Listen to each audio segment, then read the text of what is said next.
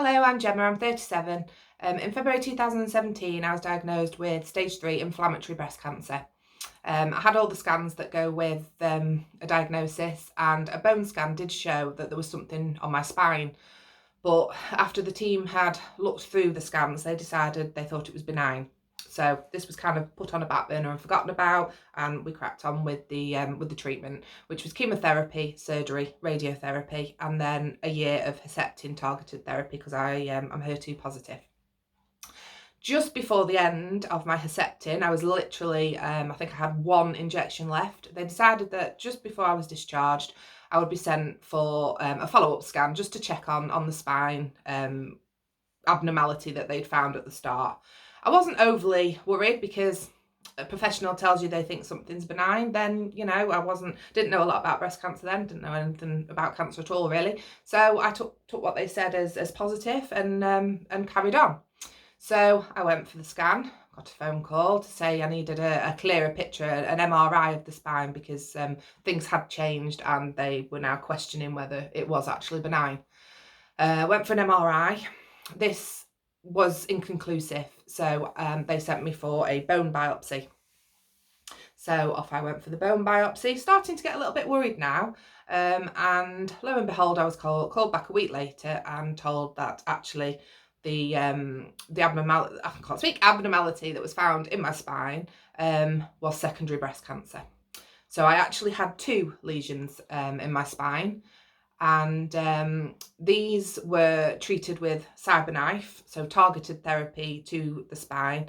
I actually had to pay for this privately because there was a trial going on at my hospital at the time, but I wasn't eligible.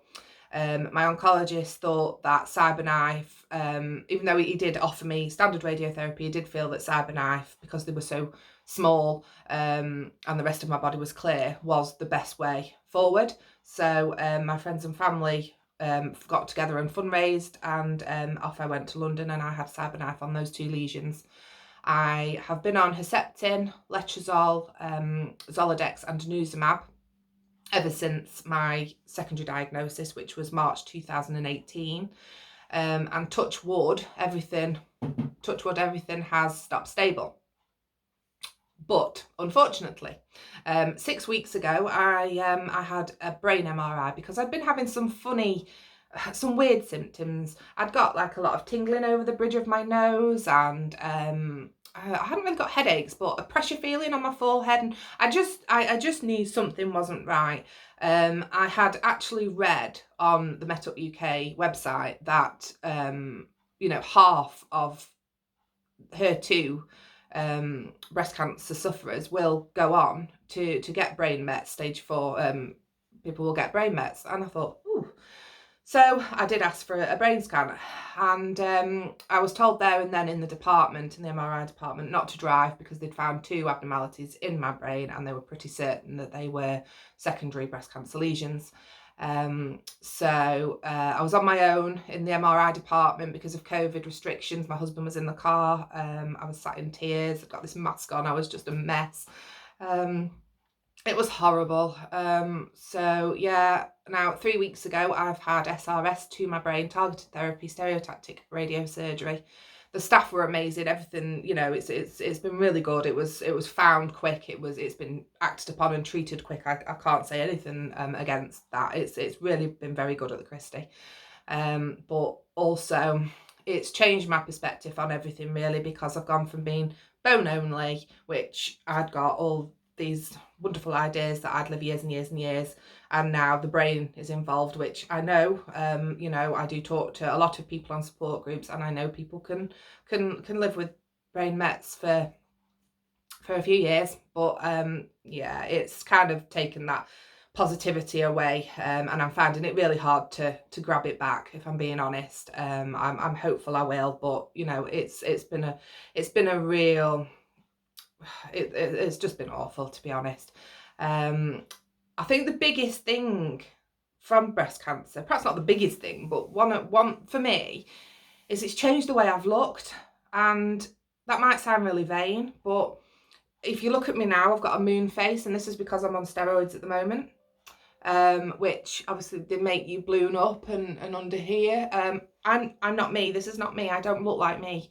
I've got a hair piece in, so I have got all my hair, but I've got some bald patches from the targeted radiotherapy, radiosurgery, sorry. And so I've just had to put that in to cover it up. I don't have to, but I feel I want to.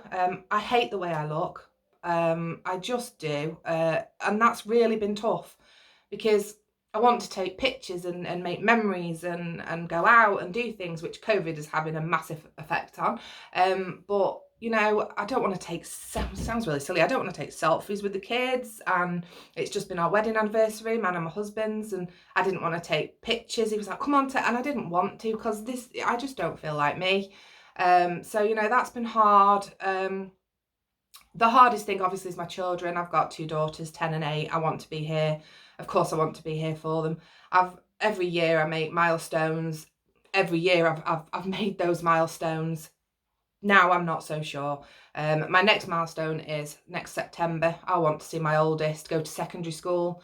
Will I? I don't know. I mean, I know none of us know. None of us really know what's around the corner, but I'm just not sure. I really hope I do. You know, I'm 37. I really wanted to see my 40th. That's a big ask, I think, but you know, I'm ready for it. I think it's really hard because there's a lot of talk around breast cancer, a lot of fight talk. There's just no understanding of secondary breast cancer. You know, secondary breast cancer is what kills us, and that, I'm afraid, is the fact. And I am still being told, you know, fight for those children. I'm fighting as hard as I can here, but you know, there's only so much we can do. It's the treatment, and when the treatment options stop, we stop. We haven't stopped fighting. We just can't do any more, and neither can the health professionals, and that's frightening. I've been told to get well soon. Even last week, somebody said get well soon. I'm not gonna get well, I'm afraid. Thank you.